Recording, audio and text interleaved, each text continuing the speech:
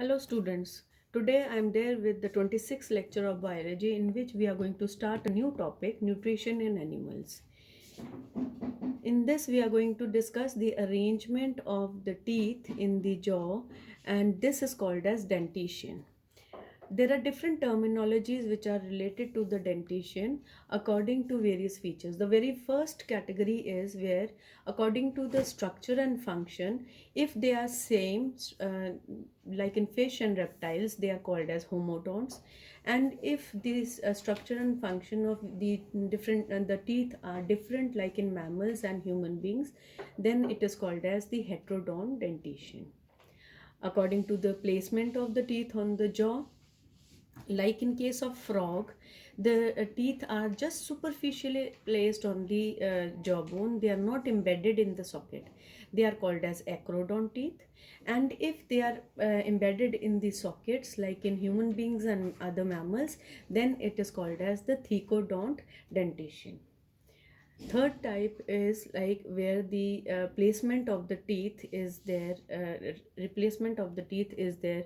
If it is multiple number of times, like in fish, amphibians, and reptiles, then it is called as the polyphyodont. And in like in man and other mammals, it is called as diphyodont because di means two. The teeth are replaced in two sets in the life of an individual. Early teeth, they are called as the deciduous teeth, which are 20 in number in the mouth, and they are replaced by the permanent teeth, which are 32 in number. Another interesting feature, student, is the largest mammal on this earth, the whale. It does not have any teeth.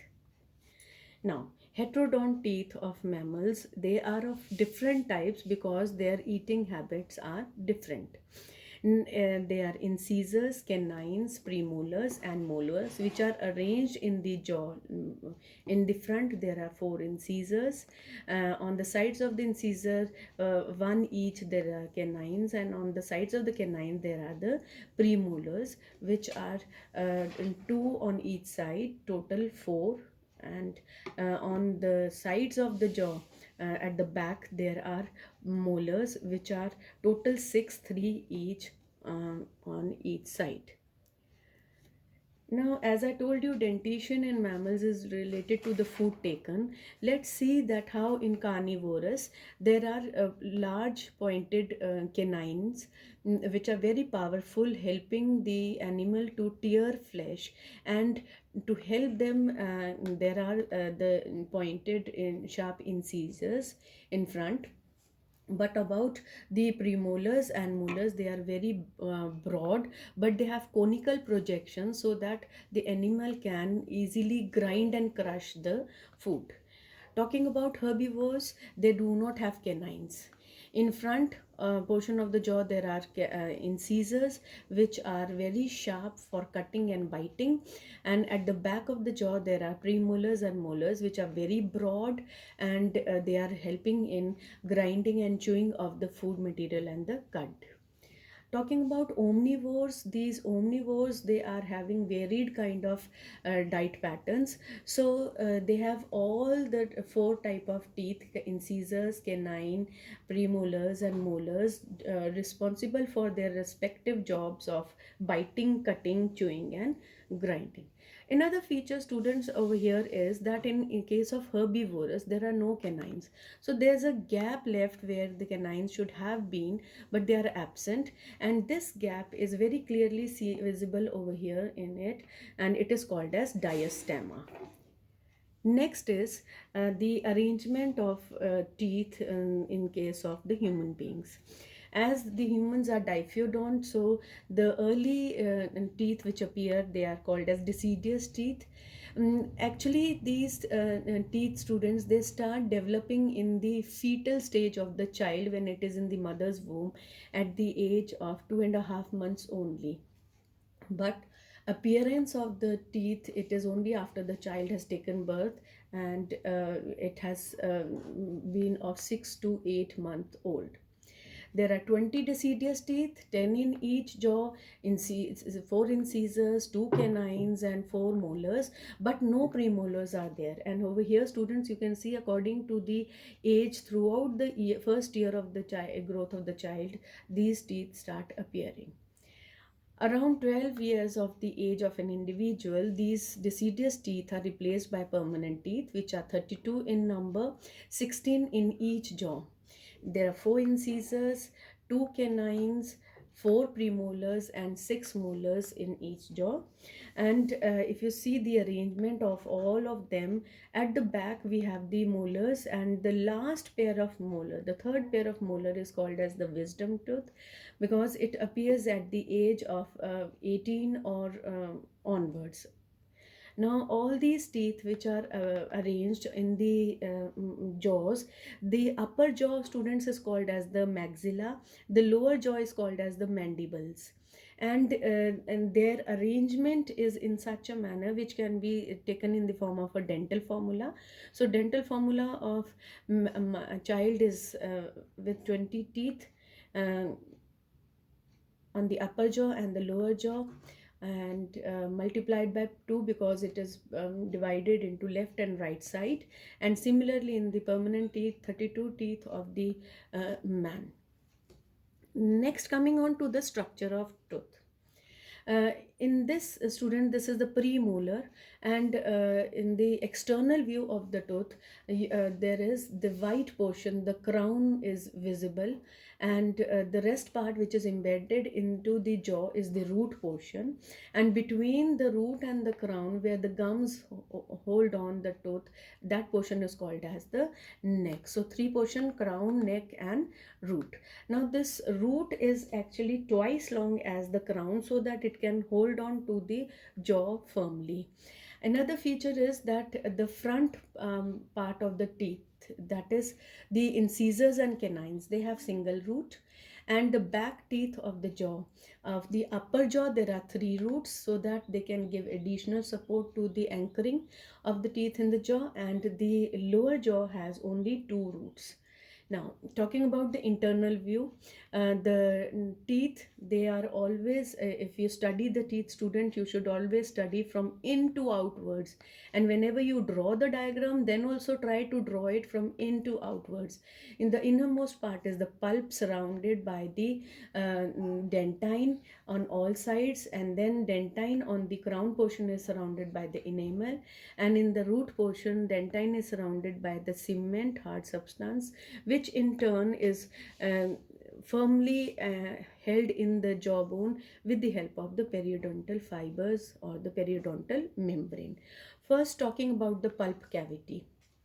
Now, this pulp cavity with the pulp is divided into 2 regions. The first is the part which is there in the crown, called the pulp chamber, and then the 2 extensions of the pulp in the form of pulp canal in the root are there.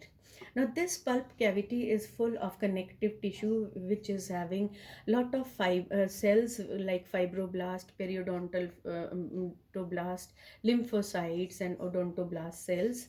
And along with it, they are richly supplied with blood vessels and nerves from the lower portion of the root towards the inside.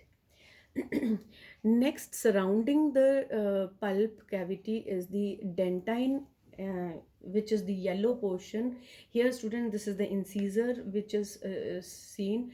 Surrounding the pulp is the dentine, which is yellow portion, and it is very hard like the bone, but not as hard as the enamel. It is rich in 70% of the inorganic substances and only 20% of the organic substances. Now, this dentine is very delicate and susceptible to the cavity, so it is always surrounded by the enamel. Talking about the structure of dentine, students, dentine from inside is having many tubular portions, channels in it, which are extending from the pulp to the outside, and these tubules are called as the canaliculi. In these canaliculi, there are the extensions of the odontoblast cells, and the protoplasmic extensions of these cells, so that they can add up to the material of the dentine which is regularly undergoing wear and tear. Surrounding the dentine in the crown portion, as I said, is the enamel, which is very hard substance, which is very rich in calcium and phosphorus, around 96%, and it is very thick on the top portion and narrower on the sides. But in the root portion, the dentine is not surrounded by enamel. It is surrounded by another hard substance which is called as cementum, which is only 45% inorganic substances and 33% organic substance along with some water. Now, these cementum and the special membranes made up of fibrous membranes, periodontal fibers, they are helping the root portion to anchor into the jaw sockets of the jaw bones. Coming about the dental health of the